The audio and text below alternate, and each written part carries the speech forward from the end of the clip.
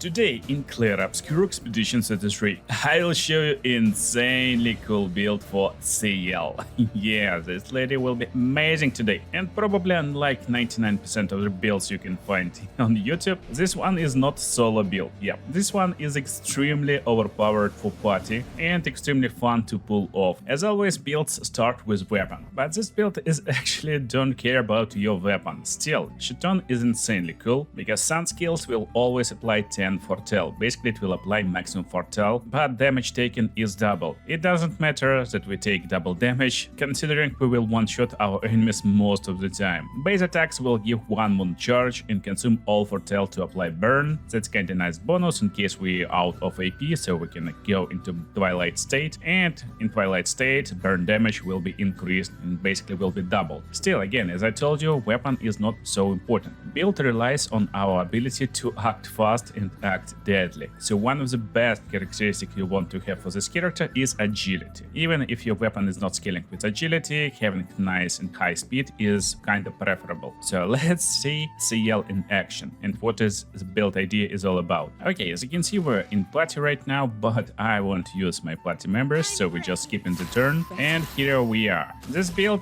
is made around our sacrifice. It's extreme damage to all enemies in one hit, and it will absorb allies' health and enemies' foretell to deal increased damage. Dealing increased damage on already extreme damage is insanely overpowered. Let me show you how overpowered it is. So first of all, we need to make sure we can apply some foretell to enemies, and the skill I will be using to do it is Card Weaver. Card Weaver is low physical damage. You can target one target with Card Weaver, but also you will basically apply foretell to all targets on the field. As you can see, I hit him for 400k damage, but now all targets got foretell applied. So he got 10 foretell, he got 10 foretell. We are basically ready to unleash our sacrifice, and that's like our secret and insanely overpowered weapon, of course. Extreme dark damage to all enemies, one hit. Let me just show you this extreme overpowered damage, because we will consume all 10 foretell and consume health of our allies. That's basically their power.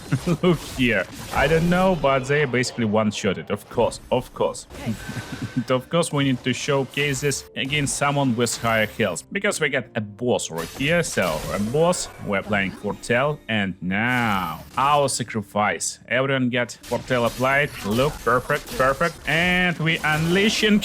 Oh my goodness, millions and millions of damage. However, as you can see, our allies get a little bit of problems with health. Yeah, that's why it's party build, and it's really important to have some allies that can heal themselves. And again, that's the reason why we want this high and powerful speed in our hands, so we can heal ourselves basically. I like to have Loon in this party with revitalization, and make sure to subscribe so you not miss Loon build soon, and that's insanely overpowered support build. So revitalization is just super good, and she blends in this build, in this party extremely well, because she can slow down target, and slowing down target when we get insanely high speed is very powerful, especially since Sciel will have this awesome skill, Delaying Slash. Delaying Slash will deal medium damage with 2 hits, and it will consume foretell to deal increased damage and delay target turn. So, in case we don't want to deal this insane amount of damage, we want to delay our target, probably, we can just go with Card Weaver to apply foretell, especially in Twilight State, and then we can use Delaying Slash to consume this foretell, and this will not only deal some damage to enemy, but also will move him in order. Right now he's moved out, and he never took a turn yet. So that's some really overpowered stuff for party, for controlling enemies. It's just super good. And again, I'm combining this with my new supportive Loon build and very powerful MacLeod build that stacks loads of burn on target, as you can see. However, again, we will consume target's health and deal another chunk of crazy damage on our enemies. That's pretty good. So let's try and use End Slice on him and see how powerful we are. We are extremely powerful, of course. So let's talk about Pictus and how we build this character around them. So first of all, extra skills. While technically wall build is built around Card Weaver, Delaying Slash, and our sacrifice, stuff you can use is Fortune's Fury to make someone deal double damage or ourselves deal double damage for even more power. Or another one is Grim Harvest, Twilight Dance. I like to use it. Sometimes you just need to heal your targets, your allies, if you get some problems with Loon, so you can heal your allies with Grim Harvest. And Twilight Dance is just nice to deal some cool damage and prolong Twilight for one more turn. However, it's flexible slots, you can use any slots you like. Base build idea is based around these three skills anyway. Now, Pictus. Pictus is pretty simple. So what I'm looking on when I'm picking Pictus for this build is just health, speed, and defense. That's it. So it's a lot easier to gain some Luminas, to farm them, and then activate any effect you like. It's a lot harder to find really high level Pictus with high level stats, with extremely powerful health, speed, and stuff like that. So what I really recommend you to do, to just sort them by health and pick the best health Pictuses or speed Pictuses. That's it. So technically, for me, it will be augmented first strike, it will be energizing attack. Speed and health is just extremely OP, and that's what we need. I got cheater equipped right now to always place twice in a row. Again, it's not super important for this build because Card Weaver will give you ability to play second turn after you use this skill, and you always want to use Card Weaver first to apply foretell and then deal damage with other skills.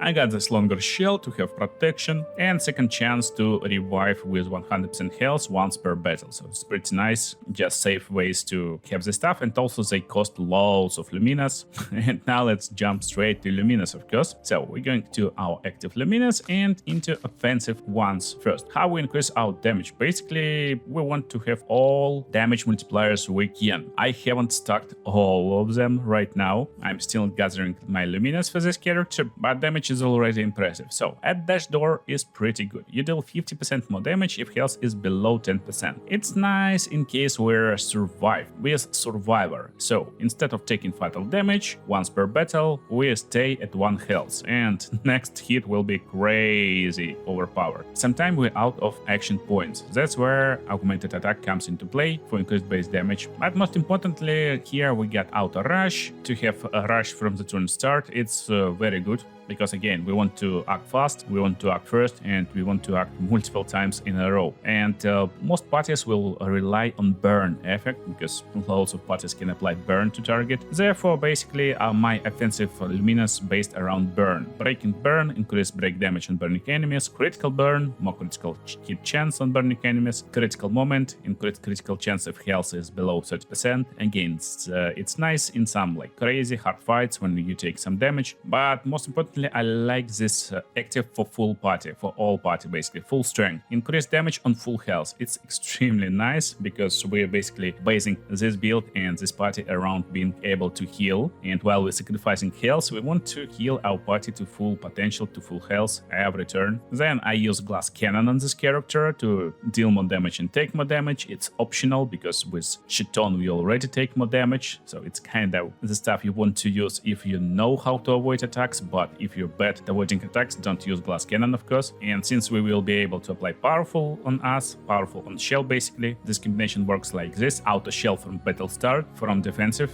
Luminas, then powerful on shell. So basically we're getting shell from the battle start, we're getting powerful when we get applied shell, and powerful will be more powerful with greater powerful. That's the combination. Roulette, I just like it. Some hits will deal 200% more damage. It's a nice bonus. Some will be weaker, but again, we can live with this. Shield affinity. Increase damage while you're having shields. Again, that's a combination Luminas over here with base shield. +1 shield if not affected by any shield on turn start. That's an extremely powerful combination. I got solo fighter to deal more damage if fighting alone, just in case we're left alone. We sacrifice health of our allies and sometimes they not surviving. And tainted will give me increased damage for each status effect on self. Again, we start fight with shell, with powerful, and with rush. Basically all bonuses will give us 15% increased damage each for 45% increased damage. And teamwork, increased damage while all allies are alive. Again, that's another bonus for our damage. For defensive Pictuses, it's pretty straightforward and simple. Auto regeneration, auto shell, base shield that I told you about, greater shell of course to increase power of shell to reduce damage more, and healing fire. Healing fire is important for all party members. Recover 25% health when attacking a burning target once per turn. Most of the time we will basically take 2 turns with cheater. I hope you're using cheater for all party members, especially if you're playing in a party, and even if you're not playing in a party, it's just best pictures in the game, one of them at least. And Healing Fire will give you ability to recover 50% health with your 2 turns if you're using any attacking skills basically. Longer shell, again to prolong the shell effect, protecting last stand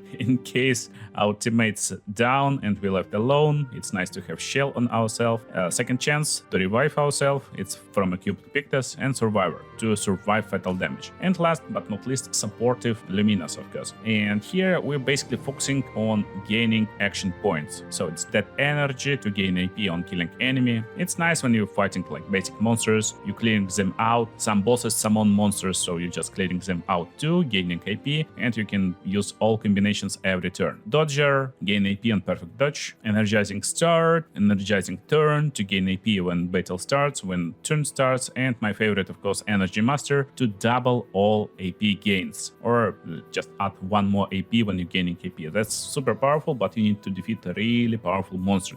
It's like purple snake who's flying around. First strike, play first. That's just something that gives you ability to fight before enemies most of the time, and technically that's it. You don't need like anything else. Just focus on any ways you can get more AP, and just like that you can build extremely powerful Sciel. It's super cool, it's super fun to play here, but sometimes this build can become really hard, especially if you're having problems with sparing or dodging. But I got a solution for you. You can check this video on the screen right now. I beat the game without any parry or any dodge. That's insanely powerful build. Or check other videos on the screen right now with another builds that you can use to accompany this Sciel. And see you in the next videos, guys.